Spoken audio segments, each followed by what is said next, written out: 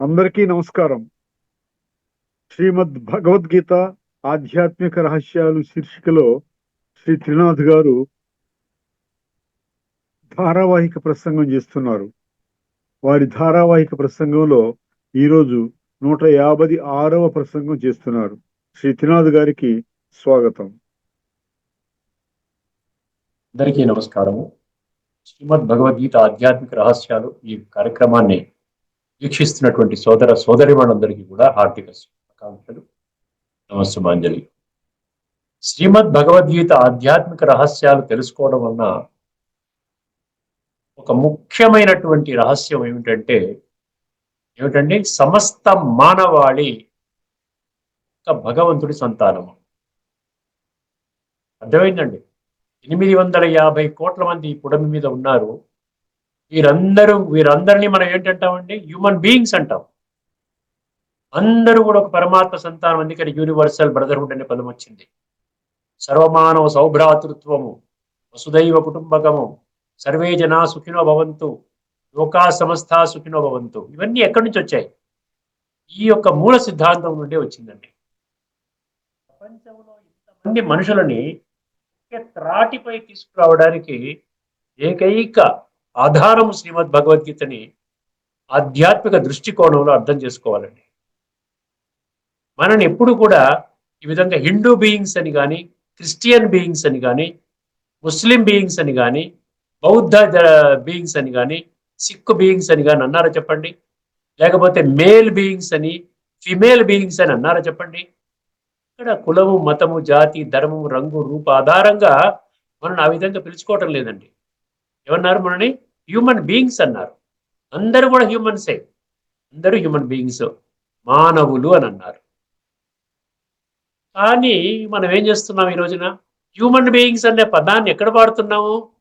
కేవలం మనుషులు అన్న ఒక భావనని చెప్పడానికి వాడుతున్నాం. అంటే human beings versus animal beings.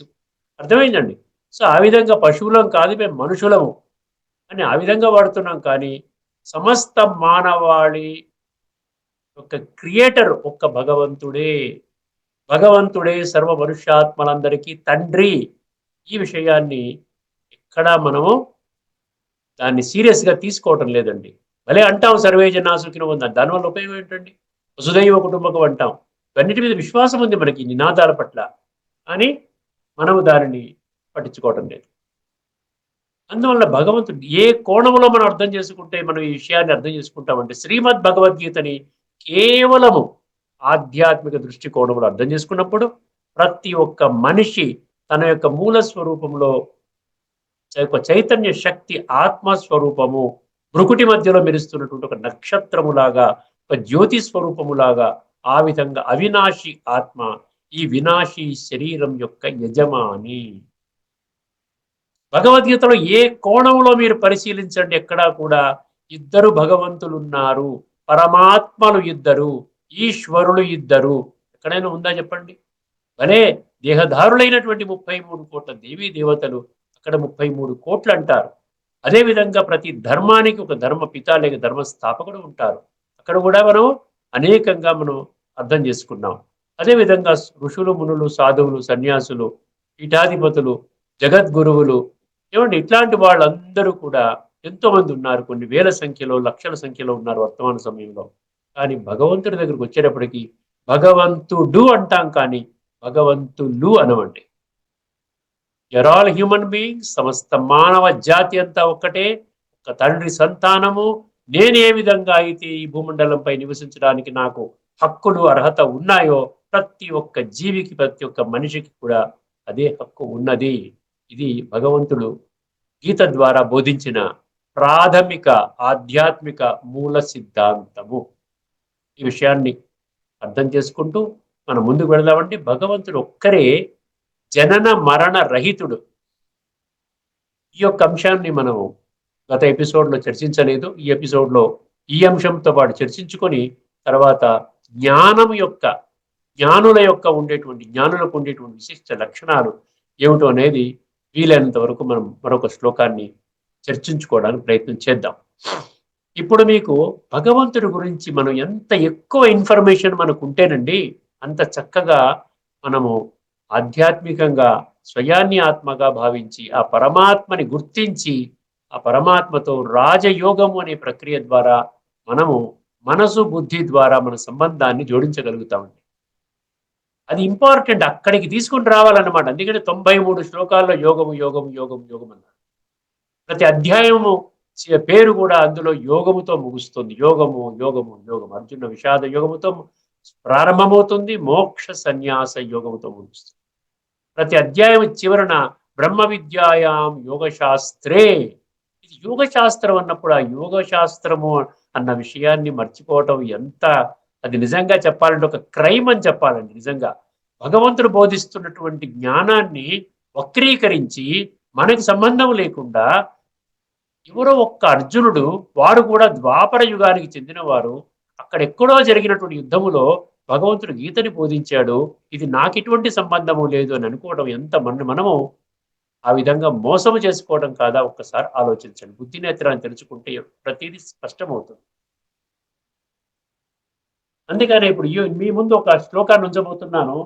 సుమారు 13 లక్షణాలు, భగవంతుడి యొక్క లక్షణాలు, భగవంతుడి గురించి తెలుసుకుంటే ఇవన్నీ మనకు అర్థమవుతాయి అన్నమాట. చాలా జాగ్రత్తగా వినండి. ముందుగా శ్లోకం వినండి. 9వ అధ్యాయంలోని 18వ శ్లోకం అండి. ఇదివరకు కూడా ఒకసారి చెప్పుకున్నట్టు గుర్తు, ఇంకొక కోణములో మనం డిస్కస్ చేసుకున్నప్పుడు చెప్పుకున్నట్టు అనిపిస్తోంది. అయినా కూడా ఈ యొక్క లక్షణాలని స్పష్టంగా వివరించే శ్లోకాన్ని మనము మరొక మారు విన్నా కూడా తప్పులేదండి. గతిర్భర్త ప్రభు సాక్షి నివాస శరణం సుహృత్. నివాస శరణం సుహృత్. ప్రభవ ప్రళయ స్థానం. ప్రభవ ప్రళయ స్థానం. నిదానం బీజం అవ్యయం. ఆఖరిలో అవ్యయము అన్న పదం ఉందండి, అందుకనే మీ దృష్టికి తీసుకొని వస్తున్నాను. అవ్యయము అంటే నేను ఎప్పటికీ ఉంటాను, నాకు వినాశనము లేదు, నాకు మరణము లేదు, నాకు మృత్యువు లేదు. ఎందువల్ల భగవంతుడికి మృత్యువు లేదు అంటే భగవంతుడికి జననము కూడా లేదు. ఎటువంటి జననము? మనలాంటి జననము. అర్థమైందండి? తల్లి గర్భం నుండి, తల్లి యోని నుండి, ఉమెన్స్ వూంబ్ నుండి మనము జన్మ తీసుకున్నాం. ప్రపంచంలో ఉన్న 850 కోట్ల మంది మనుషులు కూడా అదే విధంగా జన్మ తీసుకున్నారు. కానీ భగవంతుడికి అటువంటి జన్మ లేదు. అర్థమైందండి? ఇప్పుడు ఆయనకు ఉండేటువంటి 13 లక్షణాలను పరిశీలిద్దామండి. గతిర్ భర్త అంటే మొట్టమొదటిది ఏంటంటే గతి అన్నాడు. గతి అంటే ఏమిటి? పరమ గతి అంటాం చూసారా? గతి అంటే డెస్టినేషన్. మామూలుగా గతి సద్గతి అంటారు. అర్థమైందండి?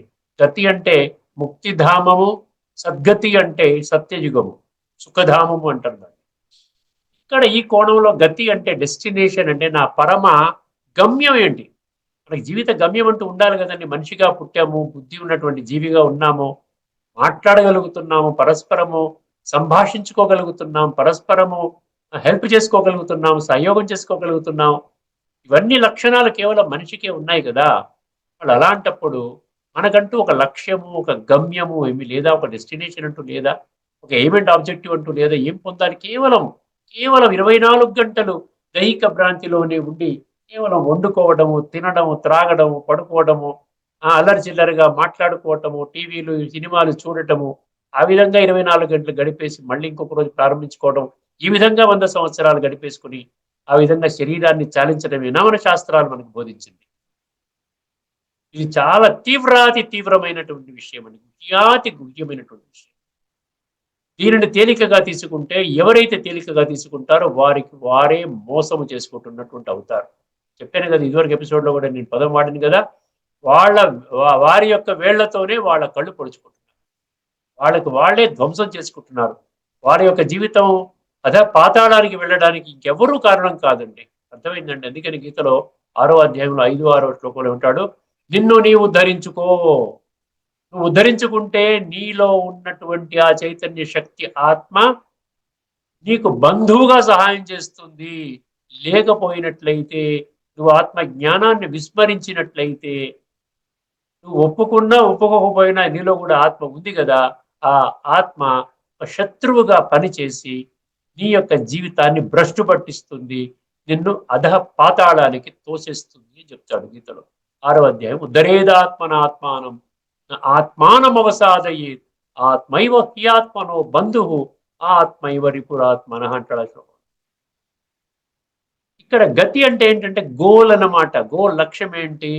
భగవంతుణ్ణి తెలుసుకోవడం అన్నమాట. గతి అంటే పరమాత్మని పొందడమే. పరమాత్మకు సత్యమైనటువంటి పరిచయాన్ని, సంపూర్ణమైనటువంటి పరిచయాన్ని, నామ రూప దేశ కాల గుణ కర్తవ్యం. ఎందుకంటే మన గతి అంటాం చూసారా, మామూలుగా దిక్కు లేని వాడికి దేవుడే దిక్కు అంటాం చూసారా, భగవంతుడే చివరికి మనల్ని కాపాడుకునేది కేవలం భగవంతుడే. అర్థమైందండి. గతి. భర్త అంటే ఏంటి? రెండవది. ఒక్కొక్కటి నేను చాలా డీప్గా మీకు అనలైజ్ చేస్తున్నాను. మీకు ఎటువంటి డౌట్ ఇంకా ఉన్నా కూడా మీరు కామెంట్ సెక్షన్లో పెట్టండి, లేకపోతే నాకు ఫోన్ చేయండి. నా కాంటాక్ట్ నెంబర్ కూడా మీకు ఇచ్చాను స్క్రీన్ మీద. అర్థమైందండి. నా పేరు బదులు నేను కాంటాక్ట్ నెంబర్ ఎందుకు ఇచ్చాను అంటే, ఎవరికైనా ఏదైనా డౌట్ ఉంటే డైరెక్ట్గా మాట్లాడతాను. డైరెక్ట్గా మాట్లాడితే డైరెక్ట్గా మీకు ఎంతసేపు అయినా మాట్లాడతాను. అర్థమైందండి. ఎంతసేపు అయినా మాట్లాడతాను. కేవలం ఒకే ఒక కండిషన్ ఏంటంటే, మీరు ఆర్గ్యుమెంట్ కోసం నాతో మాట్లాడకూడదు. అర్థమైందండి. కేవలం సత్యాన్వేషణలో ఫలానా డౌట్ ఉందండి, మీరు ఇక్కడ ఇది చెప్పారు, ఇక్కడ కొంచెం డౌట్ వచ్చింది, నాకు కొంచెం క్లారిఫై చేయండి అని అడిగితే మాత్రం ఎంతసేపు అయినా మాట్లాడతారు. ఎందుకంటే భగవాను వాచని మీరు ఆ విధంగా మీరు ఏమీ చేయలేరండి. భగవంతుడు చెప్పినటువంటి మహావాక్యాలే నేను చెప్తున్నాను. ప్రతి దానికి నేను శ్లోకం చెప్తున్నాను, దాంట్లో ఉన్నటువంటి తత్వాన్ని చెప్తున్నాను, ప్రతి పదం యొక్క అర్థం చెప్తున్నాను. భర్త. భర్త అంటే ఏంటి? మామూలుగా లౌకిక కుటుంబంలో, భౌతిక కుటుంబంలో ఏం చేస్తాడు? భర్త అనేది ఏంటంటే భరిస్తాడు, భరించేవాడు భర్త. భరించడం అంటే ఏంటంటే ఆ విధంగా కుటుంబంలో ఉన్నటువంటి ఏవైతే వస్తున్నాయి, సమస్యలు వస్తున్నాయి, అన్నిటినీ కూడా ఆయన తీసుకొని సాల్వ్ చేస్తాడు. అర్థమైందండి. పోషణ ఇస్తాడు, పిల్లల్ని కంటాడు, పిల్లల్ని చదివినిస్తాడు, పెద్దవి చేస్తాడు, మ్యారేజ్ చేస్తాడు, పంపిస్తాడు, వాళ్ళ భవిష్యత్తు కోరుకుంటాడు. ఇది తండ్రి చేసే పని భౌతిక జగత్తులో. ఇదే కర్తవ్యాన్ని ఆధ్యాత్మిక జగత్తులో పరమాత్మ నిర్వహిస్తున్నారు. గుర్తుపెట్టుకోండి. ఇది తిరుగులేని, తిరస్కరించలేని సత్యం, ఇర్రెఫ్యూటబుల్ ట్రూత్. అర్థమైందండి. సో భరించేవాడు, మళ్ళీ భరించేవాడిని మనం తెలుసుకుంటేనండి భగవంతుడే భరిస్తాడు. అర్థమైందండి. పితాహమస్య జగత మాత దాత పితామహ వేద్యం పవిత్రమోంకార. ఇన్ని శ్లోకాలలో చెప్పాడండి, సుమారు 100 శ్లోకాలలో చెప్పాడు. నేను మీ తండ్రిని, మిమ్మల్ని చూసుకునేవాడిని, ఈ శిక్షకుణ్ణి, నా మాట వినండి, ఆధ్యాత్మిక దృష్టికోణంలో నన్ను పసిగట్టండి, నా ఉనికిని తెలుసుకోండి. నా ఉనికిని తెలుసుకోవాలంటే మీ ఉనికిని తెలుసుకోండి. మీరు కూడా దేహ భ్రాంతిలో ఉన్నారు. ఈ దేహం అనేటువంటి ఈ వస్త్రమే నేను అనుకుని ఆ విధంగా ఒక రాంగ్ డైరెక్షన్ లో మీరు వెళ్ళిపోతున్నారు. ఇప్పటిదాకా ఎవరు కూడా ఈ యొక్క మీరు ఒక ఘోరమైనటువంటి తప్పిదాన్ని ఎవరు కూడా మీకు చెప్పలేదు. ఎందుకంటే ఎవరికి తెలియదు. నేను వచ్చి చెప్తున్నాను ప్రత్యక్షంగా. ఇప్పటికే ఈ యొక్క తప్పిదాన్ని తెలుసుకున్నటువంటి వారు కొన్ని లక్షల్లో ఉన్నారు. ఈ భూమండలం పైనే ఉన్నారు. 150 దేశాల్లో ఉన్నారు. వాళ్ళనే బ్రహ్మ కుమారులు, కుమారీలు అని ఆ విధంగా ఉన్నారు. ఒక కుటుంబం లాగా ఉంటామండి ఇన్ని లక్షల మంది. అయితే ఏమైంది? భర్త అంటే పోషించేవాడు అనమాట. సో పోషించేవాడు తెలుసుకోవాలి కదా, లేకపోతే మనకు ఆధ్యాత్మిక పోషణ దొరకదండి. ఎందుకు వచ్చింది భర్త అని ఎందుకన్నాడు? పరమాత్మక ఉనికిని కనిపెట్టి ఆత్మక ఉనికి ద్వారా రాజయోగం అనే ప్రక్రియ ద్వారా మనసు బుద్ధి ద్వారా సంబంధాన్ని జోడిస్తే ఆ పోషణ, ఆ నరిష్మెంట్ మనకు అర్థమవుతుంది. ఆత్మలో దివ్య గుణాలు, దివ్య శక్తులు వస్తాయి. అది ఎంత చక్కగా ఉంది, కనెక్షన్ ఎంత న్యాచురల్ గా ఉంది, ఎంత సహజంగా ఉంది, సత్యంగా ఉంది, సరళంగా ఉంది. మనం ఇప్పటి వరకు తెలుసుకోలేదని పశ్చాత్తాపడతారు. ఇన్ని సంవత్సరాలు మీరు డిలే చేశారు, ఇంకా డిలే చేయడానికి ఎటువంటి అవకాశం కూడా లేదు. మీ యొక్క ఆధ్యాత్మిక ఎదుగుదలకి మాత్రమే భగవంతుడి యొక్క జ్ఞానాన్ని, ఈ యొక్క సంస్థని స్థాపించి ఆ విధంగా వారే స్వయంగా ఇస్తున్నారు. భర్త ప్రభువు అన్నాడు. ప్రభువు అంటే విశ్వానికి ప్రభువులు అన్నారండి. దేవతలు అంటారు, కానీ ప్రభువు, ఈశ్వరుడు, భగవంతుడు, పరమాత్మ ఒక్కటే. అర్థమైందండి. ఎవరు చెప్పిన ఏమంటారు? హెవెన్లీ గాడ్ ఫాదర్ అంటారు క్రైస్తవులు కూడా. అల్లాహు అక్బర్ అండి, ఒక్కడే గొప్పవాడి అంటారు. ఎక్కడైనా ఏక్ ఓంకార్ అంటారు సిక్కు మతస్థులు. అర్థమైంది. ఎవరైనా కూడా ఆ ఒక్క భగవంతుడి గురించి చెప్తున్నారు. పేర్లు ఏమైనా కానివ్వండి, ఆ ఒక్క భగవంతుడిని పరిచయం చేసుకుంటే పేర్లు ఏమైనా ఏముంది? ఒకరు పన్నీర్ అంటున్నారు, ఒకరు నీరు అంటున్నారు, ఒకరు వాటర్ అంటున్నారు, ఒకరు తన్నీరు అంటున్నారు. ఏదైనా అనండి, ఒకరు నీరా అంటారు, అననివ్వండి. నీరైతే ఒకటే కదా. మనం ఆ ఒక్కరి యొక్క సంపూర్ణ పరిచయాన్ని మనం అర్థం చేసుకోవాలి. తర్వాత గ్రాడ్యువల్ గా వారి పేరు ఈశ్వరుడు. ఈశ్వరుడు అంటే ఈ విధంగా శాసకుడు, కంట్రోలర్, రూలర్, క్రియేటర్, సస్టైనర్, ఇవన్నీ వస్తాయి అన్నమాట. అర్థమైందండి. ఏమన్నారు, గతిర్భర్త ప్రభువు సాక్షి అన్నాడు. ఇక్కడ చాలా ఇంపార్టెంట్ అండి. సాక్షి అంటే ఏంటి? సాక్షి అంటే మనం ఒక 100 కొబ్బరికాయలు కొట్టేస్తే మన పరీక్ష పాస్ ఏం చేస్తాడు చదవకుండా? ఒక 100 కొబ్బరికాయలు కొట్టేస్తే మనకి వీసా దొరికిపోతుందా? ఒక 100 కొబ్బరికాయలు కొట్టేస్తే, లేకపోతే ఈ విధంగా మనం ఏదైనా కొన్ని ఈ విధంగా చేస్తున్నాం కదా, ఇటువంటి ప్రక్రియలు చేస్తే మనకి ఎక్స్ట్రాగా కొంచెం మనకి రికమెండేషన్ చేసినట్టుగా, ఇన్ఫ్లుయెన్స్ చేసినట్టుగా పరమాత్మ నుండి శక్తుల గుణాలు వేరే విధంగా వచ్చేస్తాయి మనకి. సాక్షి అంటే అబ్జర్వర్ స్టేటస్ అండి. ఆయన ఏం చేస్తున్నాడు, ఒక ఫార్ములా, ఒక యాప్ తయారు చేశాడు. మనం మామూలుగా యాప్స్ అంటాం కదా, వాట్సాప్ అని ఇట్లా యాప్స్ ఉన్నాయి కదా. ఆ యాప్ లోకి వెళ్తే అక్కడ దాని ప్రకారం ఇది నొక్కండి, ఇది నొక్కితే ఇది అవుతుంది. భగవంతుడు కూడా ఒక గాడ్ యాప్ తయారు చేశాడు, గాడ్స్ యాప్ తయారు చేశాడు. ఏమిటి ఆ యాప్ లో ఏంటి? నాయనా, నీవు జన్మ జన్మలుగా ఈ శరీరాలు మార్చుకుంటూ ఆ విధంగా ఈ యొక్క సృష్టి నాటక రంగం మీద నీ యొక్క పాత్రని అభినయిస్తున్నావు. అర్థమైందండి. ఈ అభినయించేటువంటి ఈ యొక్క ప్రయాణములో నీవు తెలుసో తెలియకో మంచి పనులు చేస్తున్నావు, చెత్త పనులు కూడా చేస్తున్నావు. ఇప్పుడు ఈ విధంగా ఈ యొక్క ద్వాపర యుగము నుండి మనిషి తన యొక్క స్వయం యొక్క మూల స్వరూపాన్ని మరచి దేహ భ్రాంతిలో పడిపోయి ఆ విధంగా వక్రమైనటువంటి పనులే చేస్తున్నాడు. విషయ వికారాల వలయములో కూరుకొని ఆ యొక్క ఊబిలో కూరుకుపోయి బయటికి వచ్చే విధానము తెలియకుండా అందులో ఉన్నటువంటి అదే ఊబిలో దొరికేటువంటి స్వర్గ సుఖం అందే అనుకుంటున్నాడు. ఇంద్రియాల ద్వారా పొందే సుఖమే హయ్యెస్ట్ సుఖము. ఆ విధంగా భావిస్తూ ఏం చేస్తున్నాడంటే ఆత్మని కుళ్ళబెట్టుకున్నాడు. ఆత్మ కుళ్ళిపోయింది, పూర్తిగా కుళ్ళిపోయింది. చెత్త సంస్కారాలు అయిపోయింది అనమాట, నెగిటివ్ సంస్కారాలు. అర్థమైందండి. అని ఏమంటారు, ఏం చెప్పారు? తామసిక అంటాడు. గీతలో ఏమంటాడు? తమో ప్రధాన సంస్కారాలు అంటాడు, తామసిక. అటువంటి సంస్కారాలతో మనం శరీరాన్ని కానీ విడిచిపెట్టామనుకోండి, మనకి ఏమైనా గతి సద్గతి ఉంటుందా చెప్పండి? దాని యొక్క మనం ఏంటి, ఎందుకంటే ఏదైతే వెళుతుందో, నేను వెళ్ళాను అంటారు ఫలానా వ్యక్తి శరీరం ఉండగానే. ప్రతిసారి ఎన్నో మార్లు చెప్తూ ఉంటాను, సింపుల్ లాజిక్ అర్థం ఎందుకు మిస్ అవుతున్నారు? తర్కశాస్త్రము, శ్రీమద్ భగవద్గీత, అన్ని శాస్త్రాలు ఏ విధంగా ప్రతిదీ కూడా శ్రీమద్ భగవద్గీత నుండి ఉద్భవించాయి. అందుకనే శ్రీమద్ భగవద్గీతని సర్వశాస్త్రమై శిరోమణి అన్నారు. సర్వశాస్త్రమై అంటే తల్లి, శిరోమణి అంటే శ్రేష్టమైన శాస్త్రము. ఏ విధంగా శ్రీమద్ భగవద్గీత తత్వశాస్త్రమో, ప్రతి శాస్త్రము, ఈ పుడమి మీద ఉన్న ప్రతి శాస్త్రము తర్కశాస్త్రము. గుర్తుపెట్టుకోండి, తర్కశాస్త్రము జీవితంలో ఆచరించే శాస్త్రము, అనుభవించే శాస్త్రము. జీవితంలో మనము ఇముడ్చుకొని ఆ విధానంలో నడుచుకునే విధంగా ఉన్నటువంటి జ్ఞానం ఉన్నటువంటి శాస్త్రం. కేవలం పఠన పారాయణ శ్రవణ ప్రచార ప్రసారం వరకే మనం పరిమితం చేసుకుని మనము ఈ యొక్క అద్భుతమైనటువంటి మన జీవితాన్ని సమూలంగా ఒక టర్న్ లోకి తీసుకొని వచ్చేటువంటి జ్ఞానం నుండి మనము వంచితులవుతున్నాము. అది పొందే విషయంలో వంచితులవుతున్నాము. గతిర్భర్త ప్రభు సాక్షి. అందుకని ఏం చేశాడు? నాయన, ఇన్ని జన్మలుగా నువ్వు వేస్తున్నావు, ఆ ప్రతి మంచి కర్మకి ఒక తెల్లని డాట్ పడుతుంది నీ ఆత్మ మీద.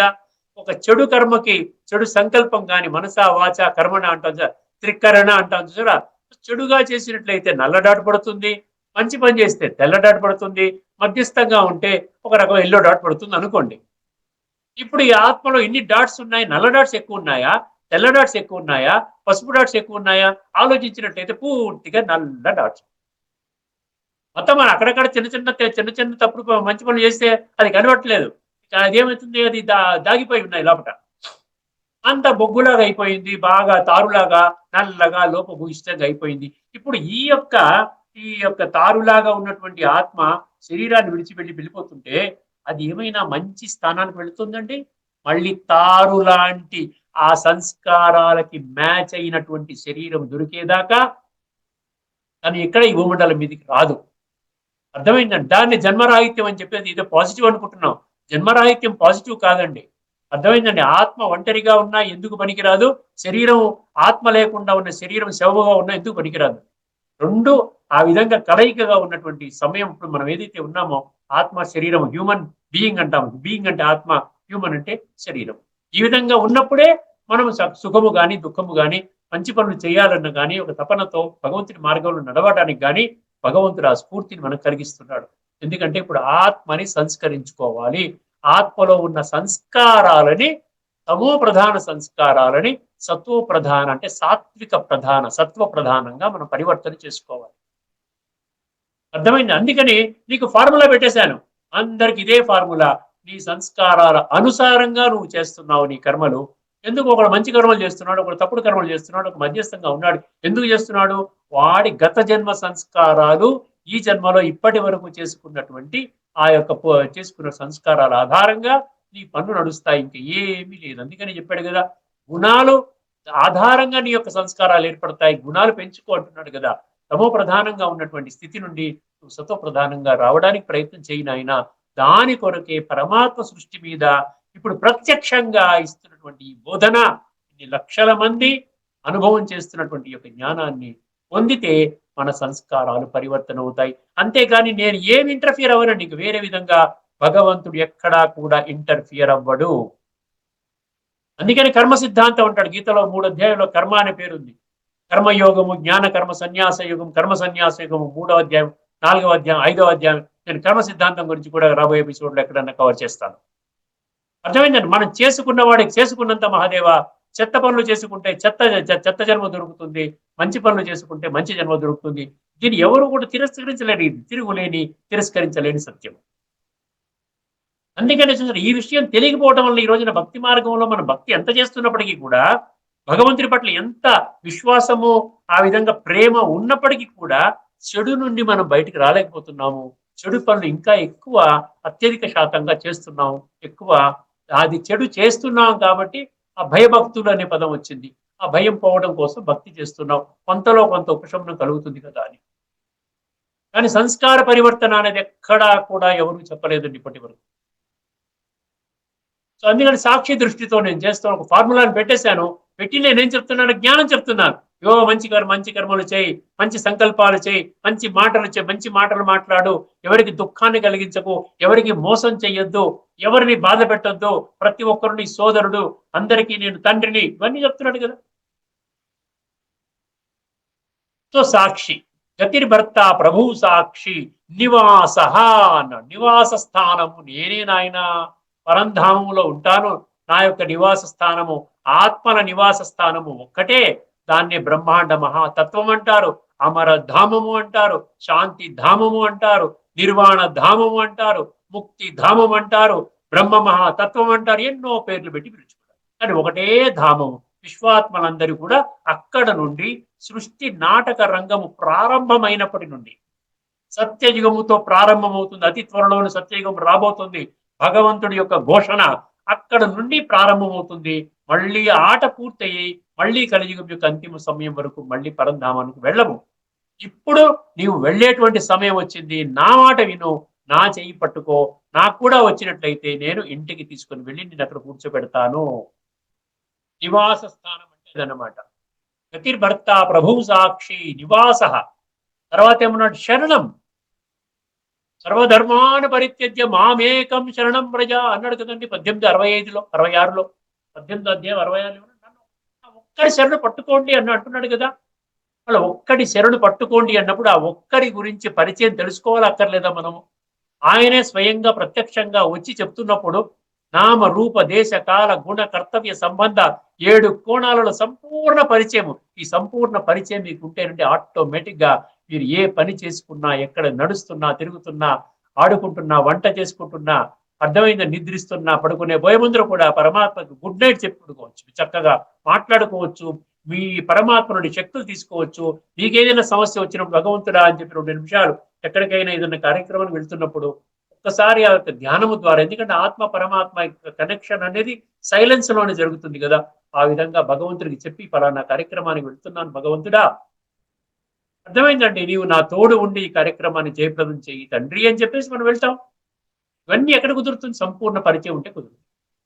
అంతేగా ఆయన భగవంతుడు, ఈయన భగవంతుడు, భగవంతుడు సర్వవ్యాపి, అందరిలో ఉన్నాడు, ఇక్కడ ఉన్నాడు, అక్కడ ఉన్నాడు. ఈ కన్ఫ్యూజన్ లో మనకి ఏమీ కాదండి. ప్రతి దాన్ని మన బుద్ధి ద్వారా మనం ఏం చేయాలి? దాన్ని టాలీ చేసుకోవాలి. బుద్ధిని వాడుకొని, అర్థమైంది, బుద్ధిని వాడుకొని, జ్ఞానాన్ని వాడుకొని మనం టాలీ చేసుకుని, అప్పుడే మనం లేకపోతే మన జీవితం అయిపోతుంటుంది. ప్రతిరోజు ఒక రోజు గడిచిందంటే మన ఆయుష్ తగ్గుతుంది. మనం ఎదగటం లేదండి, మన ఆయుష్ తగ్గుతుంది. మనం ఎంతవరకు తగ్గుతుంది? తగ్గి డామని ఒకసారి ఉన్న పడంగా వెళ్ళిపోతాం. ఇది వెళ్ళిపోవడం అనేది సహజం, ఇదేమి కష్టమైన పని కాదు. ప్రతి ఒక్కరు కూడా, పుట్టిన ప్రతి ఒక్కడు మరణించవలసిందని గీతలో చెప్పాడు కదా. సో గతిర్భర్త ప్రభువు సాక్షి ఏం చెప్పారు తర్వాత ఏమన్నాడు, నివాస శరణం అయిపోయింది కదా. సుహృత్ అన్నాడు. సుహృత్ అంటే ఏంటండి? సుహృత్ అంటే ఫ్రెండ్, వెల్ విషర్. సుహృద్భావనతో ఉండేటువంటి వాడు, అందరి పట్ల సమానమైన భావం. భగవంతుడికి కులము మతము జాతి ఉన్నవాడు, వీడికి బాగా డబ్బు ఇచ్చాడు, వీడు తెల్లగా ఉన్నాడు, అందంగా ఉన్నాడు, ఈ అమ్మాయి చాలా బాగుంది, ఈ బాగుంది, ఇవన్నీ మనకండి, మనుషులకండి. అమెరికా నుంచి వచ్చాడండి, రండి రండి కూర్చోండి, మీరు మామూలు వాళ్ళండి, మీరు కొంచెం తర్వాత రండి, నేను వీరితో మాట్లాడాలి, ఇవన్నీ మనుషులకు ఉంటాయి. సమూహం సర్వభూతేషు నమే ద్వేష్యోస్తి న ప్రియ అన్నాడు 9వ అధ్యాయంలో 20వ శ్లోకంలో. అర్థమైందండి. సమూహం సర్వభూతేషు, సర్వ అన్నాడు కదా అక్కడ. అందుకని భగవంతుడు ఏమంటున్నాడు, సుహృత్, నేనొక్కడే నీ యొక్క శాశ్వతమైన సత్యమైన ఒక స్వచ్ఛమైన వెల్విషర్ని, నన్ను నీవు దూరము చేసుకోవద్దు నాయనా అంటున్నాడు. సరే, సుహృత్ నివాస శరణం సుహృత్ ప్రభవ ప్రళయ స్థానం అన్నాడు. ప్రభవ అంటే ఏంటి? పుట్టుక. పుట్టుక ఎప్పుడండి? సత్యయుగము, ఈ కలియుగం యొక్క అంతిమ సమయము, సృష్టి యొక్క ఆరంభ సమయము. దీన్ని ఏమంటారు? సంధి సమయము, ఆత్మ పరమాత్మ యొక్క కలయిక సమయము. దీనినే ఈ చిన్న యుగం అన్నమాట. ఇది చాలా చిన్న యుగము. దీన్ని ఏమన్నాడు? సంగమ యుగము అన్నాడు. ఒక బ్రహ్మ కుమారులకు తప్ప ఎవరికి ఈ సంగమ యుగం గురించి తెలియదండి. మనం మామూలుగా 4 యుగాలు అనుకుంటాం, సత్య త్రేత ద్వాపర కలి, కానీ 5 యుగాలు అని చెప్తారు. ఎవరినైనా మీరు చదువు లేనటువంటి వాళ్ళని కూడా అడగండి, ఇది సంగమ యుగము నాయన అని చెప్తారు. అర్థమైంది? ఏ చదువు, దానికి చదువు అవసరం లేదు, అకాడమిక్ డిగ్రీస్ అవసరం లేదు, ఆ ధార్మిక గ్రంథాల యొక్క ఆ యొక్క అవసరం లేదు, సంస్కృతం అవసరం లేదు, వేదాలు తెలియని అవసరం లేదు. కాబట్టి కలియుగం యొక్క అంతిమ సమయంలో ధర్మం పూర్తిగా పాతాళానికి దిగిపోయినప్పుడు, అధర్మం హిమాలయ పర్వతానికి అంటుకున్నప్పుడు నేను వస్తాను అన్నాడు కదా. నేను వస్తాను అన్నప్పుడు ఆయన అబద్ధం చెప్తాడేమైనా? నేను వచ్చి చక్కదిద్దుతాను అన్నాడు. చక్కదిద్దుతున్నాడు. ఆ పని జరుగుతోంది. గతిర్భర్త ప్రభువు సాక్షి నివాస శరణం సుహృత్ ప్రభవ ప్రళయ స్థానం అన్నాడు. చూసారా? ప్రభవ ప్రళయ అంటే, ప్రభవ అంటే పుట్టుక.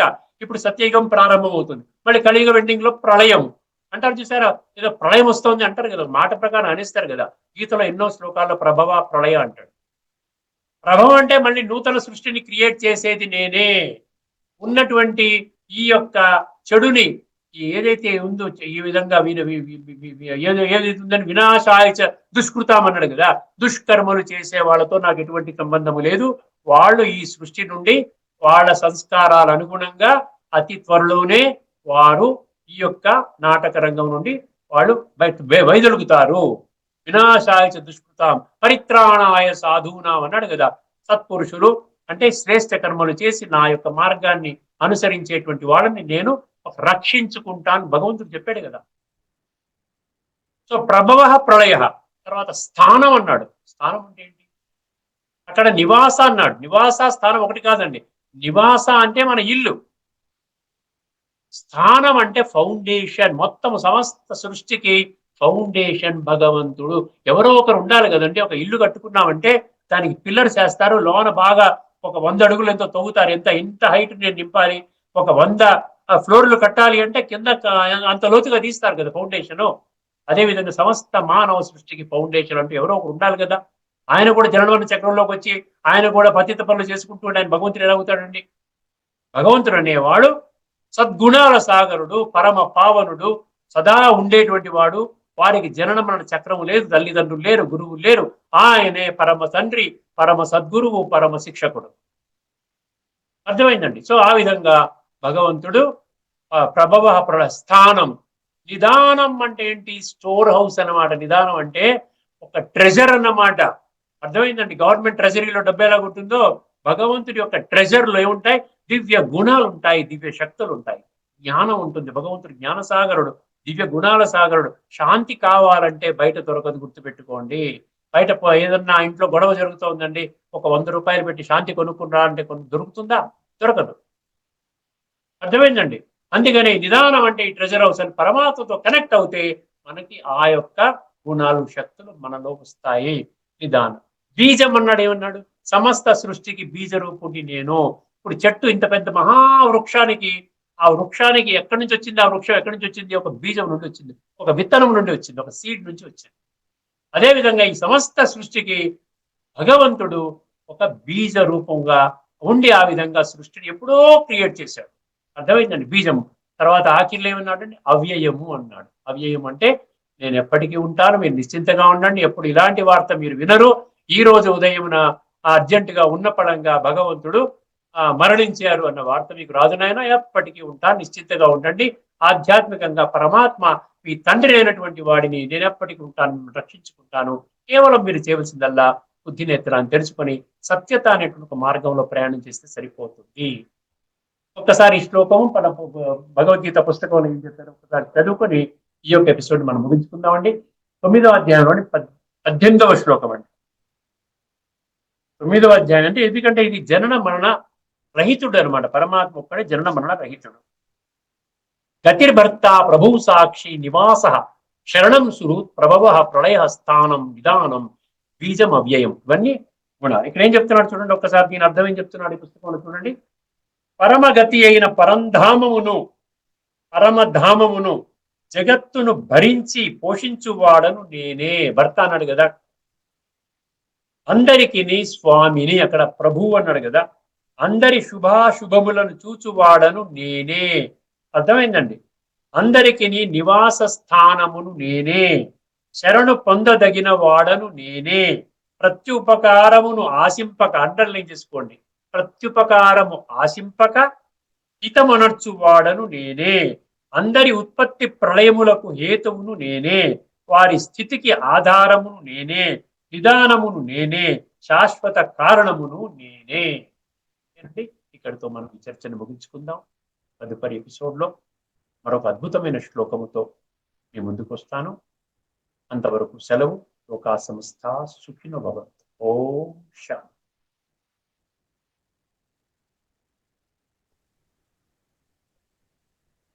శ్రీమద్ భగవద్గీత ఆధ్యాత్మిక రహస్యాలు శీర్షిక ద్వారా శ్రీ త్రినాథ్ గారు జనన మరణ రహిత తత్వాన్ని, ఆ తాత్విక రహస్యాలను విశ్లేషించారు. వారికి ధన్యవాదాలు.